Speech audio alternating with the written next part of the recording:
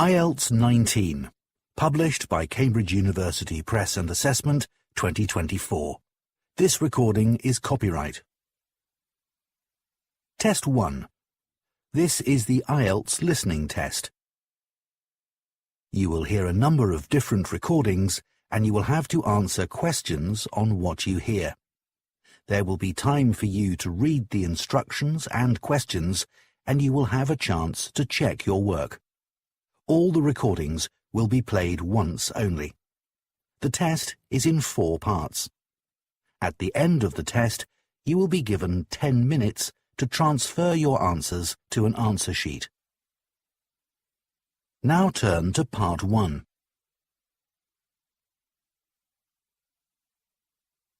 Part 1.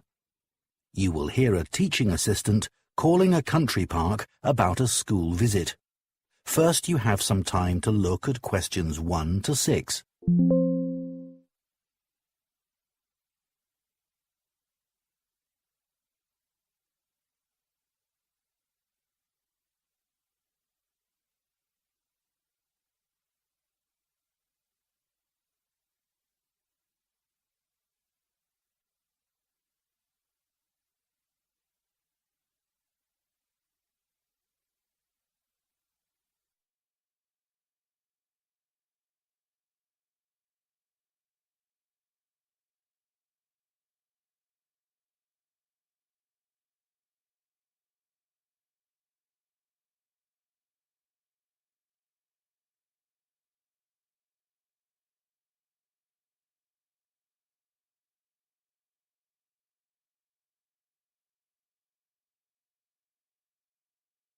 Two of our classes.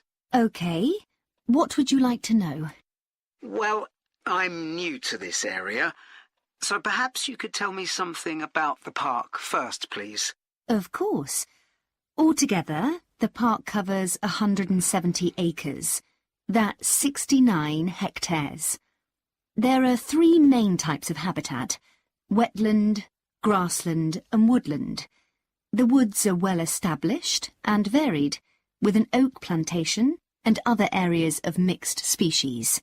Right. The wetland is quite varied too. The original farmland was dug up around 40 years ago to extract gravel. Once this work was completed, the gravel pits filled with water, forming the 2 large lakes. There are also several smaller ones, ponds, and a stream that flows through the park. OK, so I suppose with these different habitats, there's quite a variety of wildlife. There certainly is. A lot of different species of birds and insects, and also animals like deer and rabbits. And I understand you organise educational visits for school parties. That's right. We can organise a wide range of activities and adapt them to suit all ages. Can you give me some examples of the activities? Well, one focus is on science, where we help children to discover and study plants, trees and insects. They also collect and analyse data about the things they see. Uh-huh. Another focus is on geography.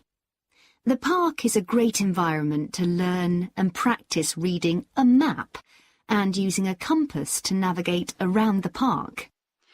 Do you do anything connected with history? Yes, we do. For instance, the children can explore how the use of the land has changed over time. Then there's leisure and tourism. That focuses on your visitors, I would imagine. Yes, mostly. The children find out about them, their requirements, the problems they may cause, and how we manage these. And another subject we cover is music.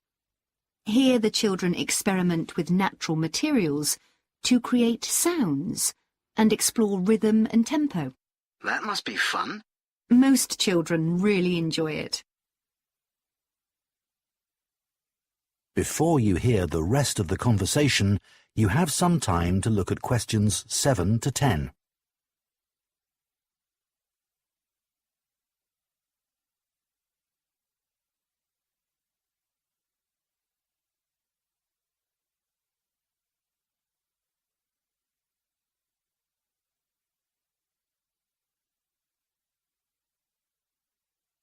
Now listen and answer questions 7 to 10. And, of course, all the activities are educational too. Learning outside the classroom encourages children to be creative and to explore and discover for themselves. I would imagine they get a sense of freedom that might not be a normal part of their lives. That's right. And very often, the children discover that they can do things they didn't know they could do, and they develop new skills. This gives them greater self-confidence. It sounds great. So, what about the practical side of it? How much does it cost for a full-day visit? We would expect to bring between 30 and 40 children. If there are over 30, it costs £4.95 for each child who attends on the day. We invoice you afterwards, so you don't pay for children who can't come because of sickness, for example. There's no charge for leaders and other adults, as many as you want to bring. That sounds very fair. Well, thanks for all the information. I'll need to discuss it with my colleagues, and I hope to get back to you soon to make a booking. We'll look forward to hearing from you. Goodbye. Goodbye, and thank you. That is the end of Part 1. You now have 1 minute to check your answers to Part 1.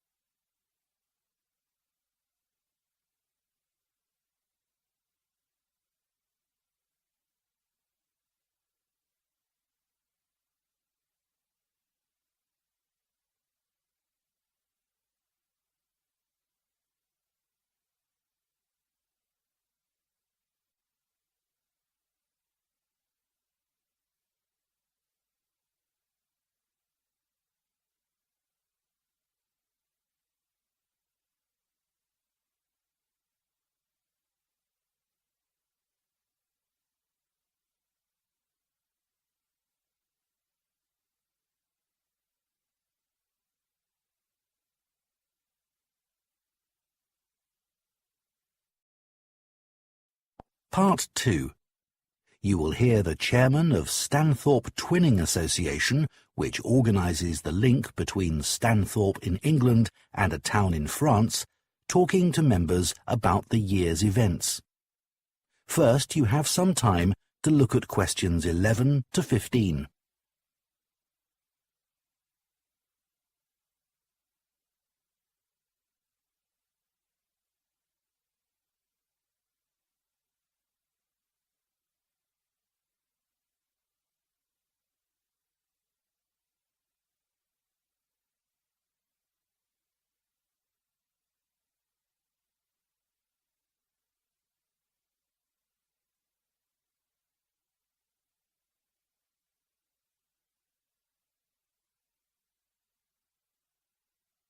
Now listen carefully and answer questions 11 to 15. It's great to see so many members of the Twinning Association here tonight. Since the twinning link between our two towns, Stanthorpe here in England and Malat in France, was established, the relationship between the towns has gone from strength to strength. Last month, 25 members of the association from Stanthorpe spent a weekend in Malat. Our hosts had arranged a great programme. We learned how cheese is produced in the region and had the chance to taste the products. The theme park trip had to be cancelled, but we all had a great time on the final boat trip down the river. That was the real highlight. This is a special year for the association because it's 25 years since we were founded. In Malat, they're planning to mark this by building a footbridge in the municipal park. We've been discussing what to do here, and we've decided to plant a poplar tree in the museum gardens. We considered buying a garden seat to put there, but the authorities weren't happy with that idea. In terms of fundraising to support our activities, we've done very well. Our pancake evening was well attended and made record profits. And everyone enjoyed the demonstration of French cookery, which was nearly as successful. Numbers for our film show were limited because of the venue, so we're looking for somewhere bigger next year.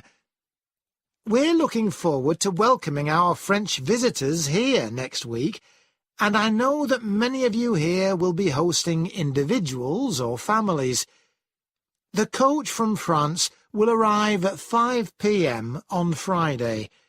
Don't try to do too much that first evening, as they'll be tired, so have dinner in the house or garden rather than eating out. The weather looks as if it'll be okay, so you might like to plan a barbecue. Then the next morning's market day in town, and that's always a good place to stroll round. On Saturday evening, we'll all meet up at the football club, where once again we'll have Toby Sharp and his band performing English and Scottish country songs.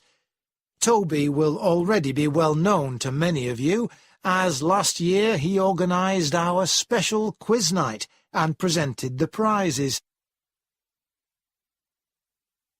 Before you hear the rest of the talk, you have some time to look at questions 16 to 20.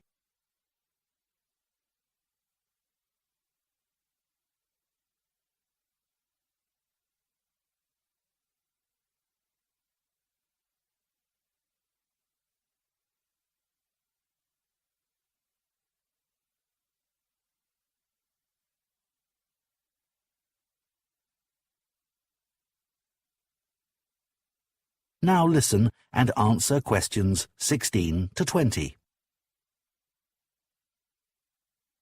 Now, on Sunday, we'll be taking our visitors to Farley House. You may not all be familiar with it, so here's a map to help you. You can see the car park at the bottom of the map. There's an excellent farm shop in the grounds where our visitors can buy local produce. It's in the old stables, which is the first building you come to. They're built round a courtyard, and the shop's in the far corner on the left. There's also a small cafe on the right as you go in. I know that one or two of our visitors may not be all that mobile. The main entrance to the house has a lot of steps, so you might want to use the disabled entry. This is on the far side of the house from the car park. Children will probably be most interested in the adventure playground. That's at the northern end of the larger lake, in a bend on the path that leads to the lake. There's lots for children to do there. There are a number of lovely gardens near the house. The kitchen gardens are rectangular and surrounded by a wall. They're to the northeast of the house, quite near the smaller lake. They're still in use and have a great collection of fruit and vegetables. The Temple of the Four Winds is a bit more of a walk, but it's worth it. Take the path from the car park and go past the western sides of the stables and the house. Then, when the path forks, take the right-hand path. Go up there with the woods on your left, and the temple is right at the end.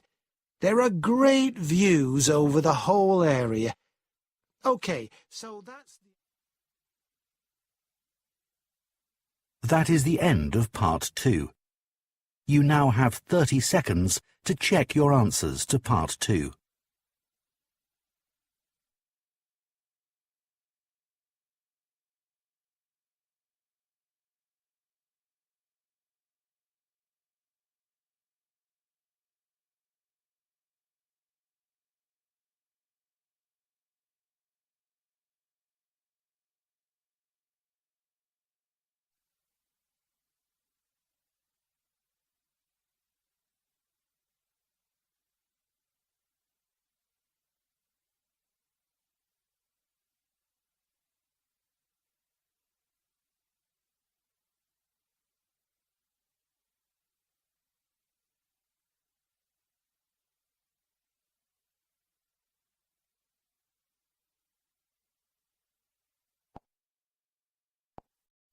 Part 3. You will hear two food science students called Marie and Colin discussing their final year projects. First, you have some time to look at questions 21 to 24.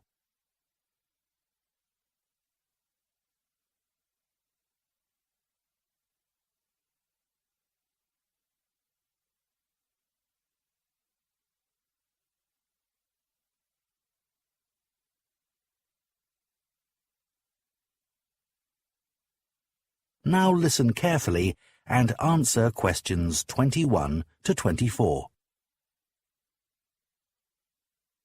I haven't seen you for a bit, Marie.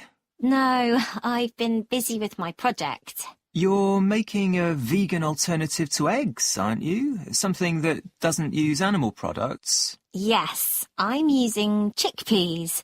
I had two main aims when I first started looking for an alternative to eggs, but actually I found chickpeas have got more advantages. Right. But how about your project on reusing waste food? You were looking at bread, weren't you? Yes, it's been hard work, but I've enjoyed it. The basic process was quite straightforward, breaking the stale bread down to a paste, then reforming it. But you were using 3D printing, weren't you, to make the paste into biscuits? Yeah, I'd used that before, but in this project I had time to play around with different patterns for the biscuits and finding how I could add fruit and vegetables to make them a more appetizing colour, and I was really pleased with what I managed to produce.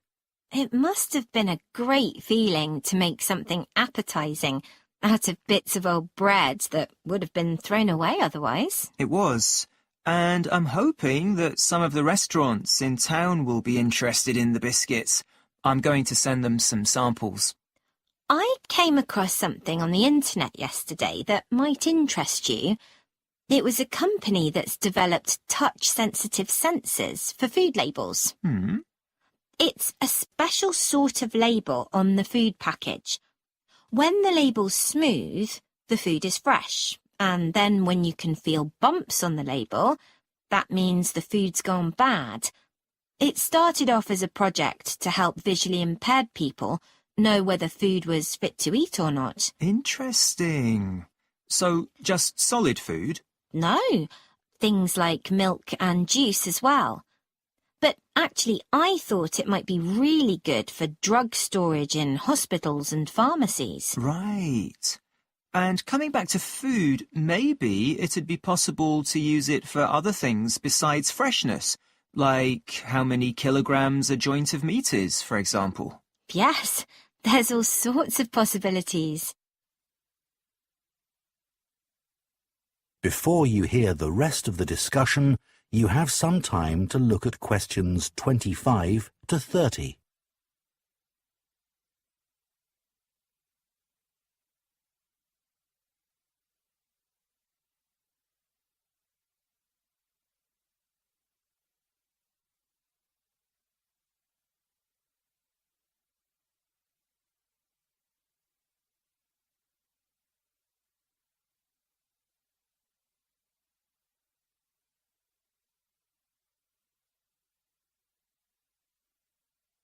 Now listen and answer questions 25 to 30. I was reading an article about food trends predicting how eating habits might change in the next few years. Oh, things like more focus on local products. That seems so obvious, but the shops are still full of imported foods. Yes, they need to be more proactive to address that. And somehow motivate consumers to change, yes. One thing everyone's aware of is the need for a reduction in unnecessary packaging. But just about everything you buy in supermarkets is still covered in plastic. The government needs to do something about it. Absolutely. It's got to change. Do you think there'll be more interest in gluten and lactose-free food? For people with allergies or food intolerances? I don't know. Lots of people I know have been buying that type of food for years now. Yes, even if they haven't been diagnosed with an allergy. That's right. One thing I've noticed is the number of branded products related to celebrity chefs. People watch them cooking on TV and then buy things like spice mixes or frozen foods with the chef's name on. I bought something like that once, but I won't again. Yeah, I bought a ready-made spice mix for chicken, which was supposed to be used by a chef I'd seen on television, and it didn't actually taste of anything. Did the article mention ghost kitchens used to produce takeaway food? No, what are they? Well, they might have the name of a restaurant, but actually they're a cooking facility just for delivery meals. The public don't ever go there. But people aren't aware of that. It's all kept very quiet. So people don't realise the food's not actually from the restaurant? Right. Did you know more and more people are using all sorts of different mushrooms now to treat different health concerns? Things like heart problems. They might be taking a big risk there. Yes, it's hard to know which varieties are safe to eat. Anyway, maybe now we should... That is the end of part 3. You now have 30 seconds to check your answers to part 3.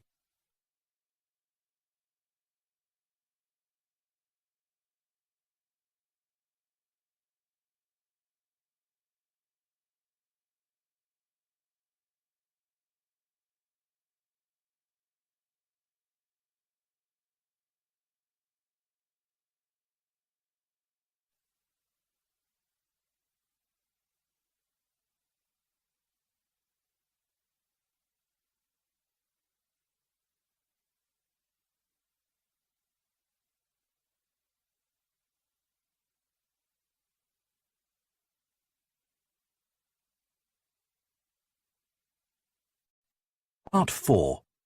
You will hear an archaeology student giving a presentation on an important site in Ireland called the Cagey Fields.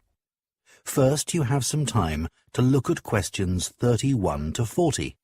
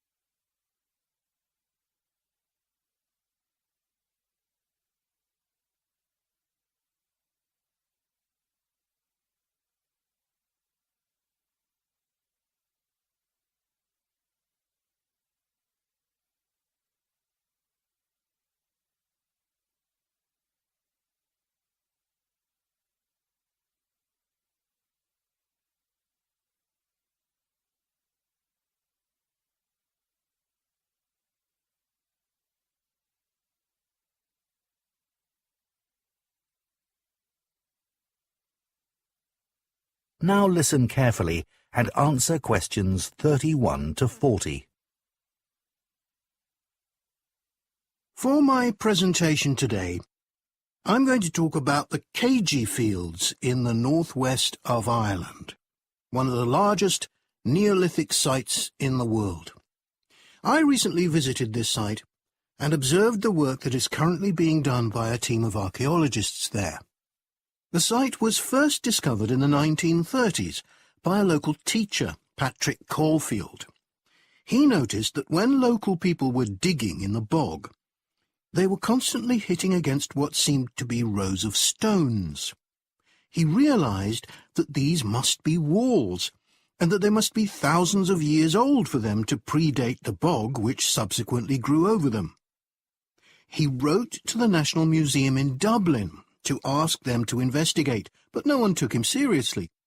It wasn't until 40 years later, when Patrick Caulfield's son, Seamus, who had become an archaeologist by then, began to explore further.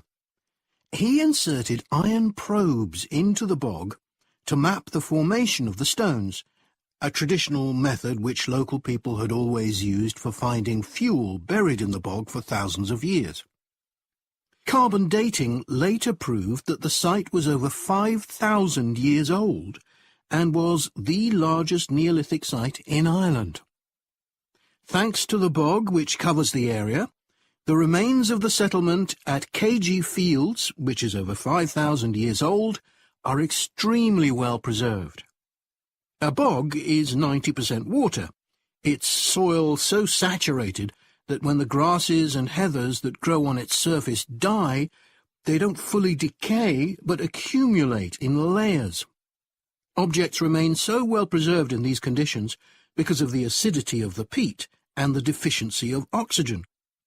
At least 175 days of rain a year are required for this to happen.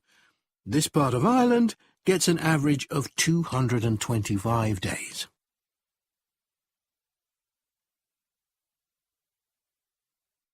The Neolithic farmers at KG would have enjoyed several centuries of relative peace and stability. Neolithic farmers generally lived in larger communities than their predecessors, with a number of houses built around a community building. As they lived in permanent settlements, Neolithic farmers were able to build bigger houses. These weren't round, as people often assume, but rectangular, with a small hole in the roof that allowed smoke to escape. This is one of many innovations and indicates that the Neolithic farmers were the first people to cook indoors. Another new technology that Neolithic settlers brought to Ireland was pottery. Fragments of Neolithic pots have been found in KG and elsewhere in Ireland. The pots were used for many things, as well as for storing food. Pots were filled with a small amount of fat, and when this was set alight, they served as lamps. It's thought that the KG fields were mainly used as paddocks for animals to graze in. Evidence from the KG fields suggests that each plot of land was of a suitable size to sustain an extended family. They may have used a system of rotational grazing in order to prevent overgrazing and to allow for plant recovery and regrowth. This must have been a year-round activity, as no structures have been found which would have been used to shelter animals in the winter. However, archaeologists believe that this way of life at KG ceased abruptly. Why was this? Well, several factors may have contributed to the changing circumstances. The soil would have become less productive and led to the abandonment of farming. The crop rotation system was partly responsible for this, as it would have been very intensive and was not sustainable.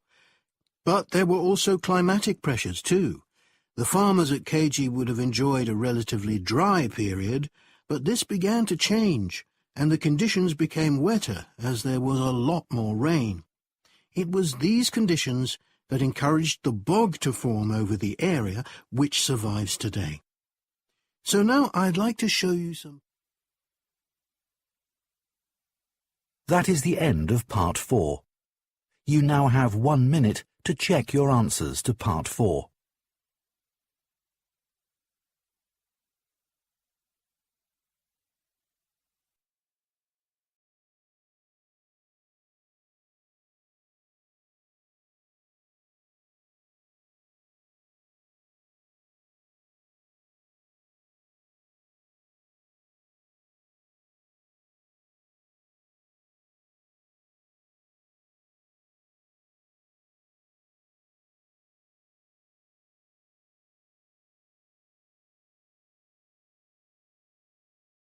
He inserted iron probes into the bog to map the formation of the stones, a traditional method which local people had always used for finding fuel buried in the bog for thousands of years.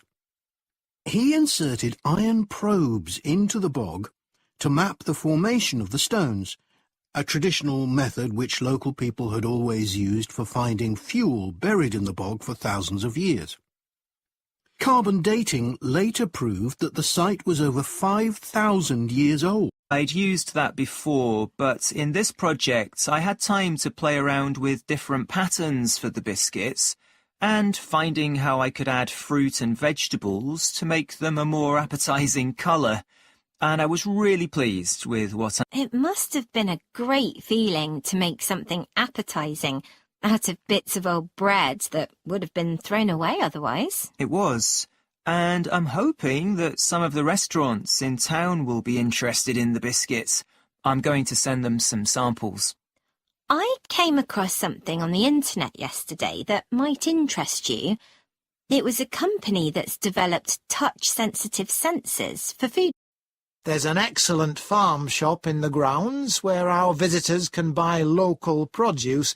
It's in the old stables, which is the first building you come to. They're built round a courtyard, and there's an excellent farm shop in the grounds where our visitors can buy local produce. It's in the old stables, which is the first building you come to. They're built round a courtyard, and the shop's in the far corner on the left. Their courtyard, and the shop's in the far corner on the left. There's also a small cafe on the right as you go. There's also a small cafe on the right as you go in. I know that one or two of our visitors may not be all that mobile. The main entrance to the house has a lot of steps, so you might want to use the disabled entry. This is on the far side of the house from the car park. Children will probably be most interested in the adventure playground. That's at the northern end of the larger lake. Children will probably be most interested in the adventure playground. That's at the northern end of the larger lake, in a bend on the path that leads to the lake. There's lots for children to do there. There are a number of lovely gardens near the house. The kitchen gardens are rectangular and surrounded by a wall. They're to the northeast of the house, quite